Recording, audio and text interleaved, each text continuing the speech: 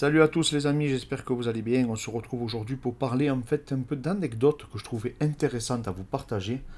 Pendant tous nos voyages avec Fred, on a pu voir un peu les visions et le type de travail de certains grands combattants.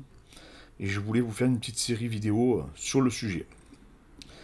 N'hésitez pas les amis à vous abonner, à mettre un petit commentaire, à nous partager s'il y a des sujets en particulier que vous voulez qu'on aborde, on le fera avec grand plaisir. Alors, là sur l'image, vous avez un combattant de jiu-jitsu et de grappling qui est connu, qui s'appelle Gianni Grippo, qui s'entraîne chez Marcelo Garcia, enfin, du moins quand on était à New York, il était là-bas. Et il a une petite particularité, du coup, ce combattant, c'est quand on est arrivé avec Fred, en fait, pour faire notre séance, il était en train de driller.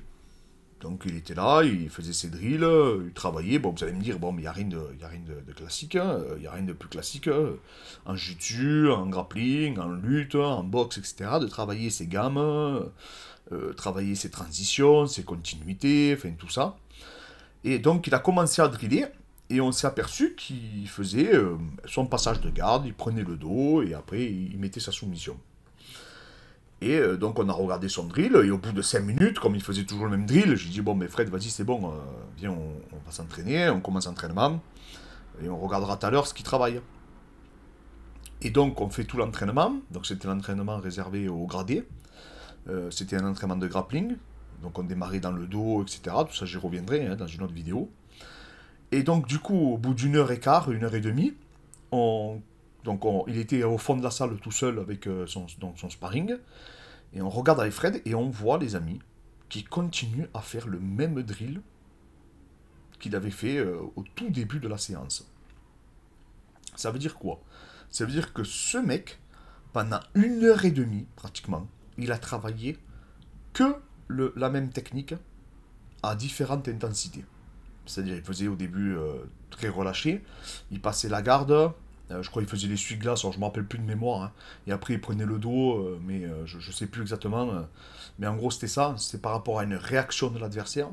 Donc il effaçait la garde de son adversaire recomposait, lui en profitait en fait au moment où l'adversaire voulait recomposer, il essayait de prendre le dos. Et en fait, pendant une heure et demie, il a travaillé que le même passage de garde, que la même prise du dos, que la même soumission. Et en fait, on s'est dit, non mais attends, il est complètement fou ce mec.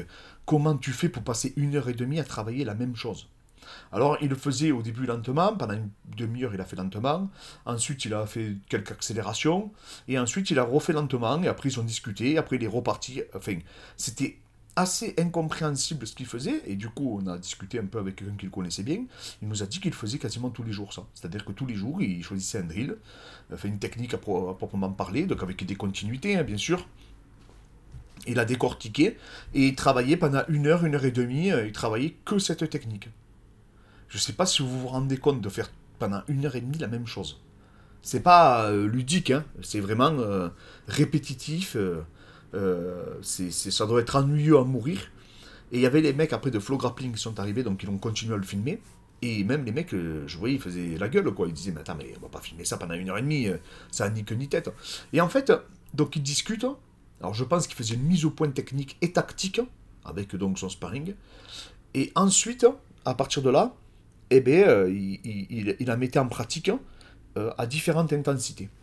Et plus tard, on est allé faire les Worlds, donc c'était quelques mois après. Et en fait, on s'est aperçu avec Fred qu'il avait passé cette technique quasiment à tout le monde. Alors, il n'avait pas soumis tout le monde, hein, bien sûr, mais il arrivait à ce passage, cette façon de travailler pour le dos, etc. Mais il maîtrisait tellement, en fait, c'était devenu tellement efficient, tellement facile dans ses formes de corps, etc., que c'était enregistré dans ses schémas moteurs. Alors, je sais qu'il y a des partisans, moi j'aime bien les drills, mais je sais qu'il y a des grands entraîneurs qui ne sont pas partisans de ça. Hein, j'y reviendrai aussi dans une autre vidéo. Le plus connu, c'est Dan Hauer, qui n'est pas un grand fan des drills. Nous, chez United, j'étais fan des drills, mais voilà. Mais lui, je n'ai jamais vu quelqu'un travailler de façon aussi perfectionniste sur son drill. Donc, je vous le répète, pendant une heure et demie, il a travaillé exactement le même passage de garde, la prise de dos, et ça nous avait bluffé. Qu'une personne puisse travailler la même technique pendant 1h30 d'affilée, sans se lasser. Alors bien sûr avec des discussions, mais toujours, toujours répéter, répéter les détails, les détails, les détails. Et donc voilà, donc c'était quelque chose que je voulais vous communiquer parce que souvent vous drillez dans vos structures, vous drillez que ce soit dans toutes les disciplines que vous pratiquez. Et souvent on s'interroge sur le fait de savoir est-ce que je fais le bon choix de passer du temps dessus. Moi je pense que oui, alors peut-être pas 1 heure et demie, hein, bien sûr, mais moi je pense que c'est profitable les drills. En tout cas moi j'ai toujours eu le sentiment que c'était transférable. Après il faut pas que ça, mais je sais que par exemple Renato Tavares aussi également faisait des séances que de drill.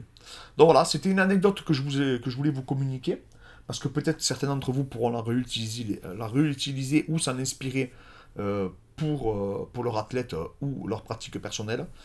Mais, euh, mais c'était quelque chose de très intéressant et que je connaissais pas en tout cas dans cette durée-là. Voilà les amis, merci encore pour les messages que je reçois. On reçoit énormément de messages, hein. On vous remercie à tous pour l'énergie positive.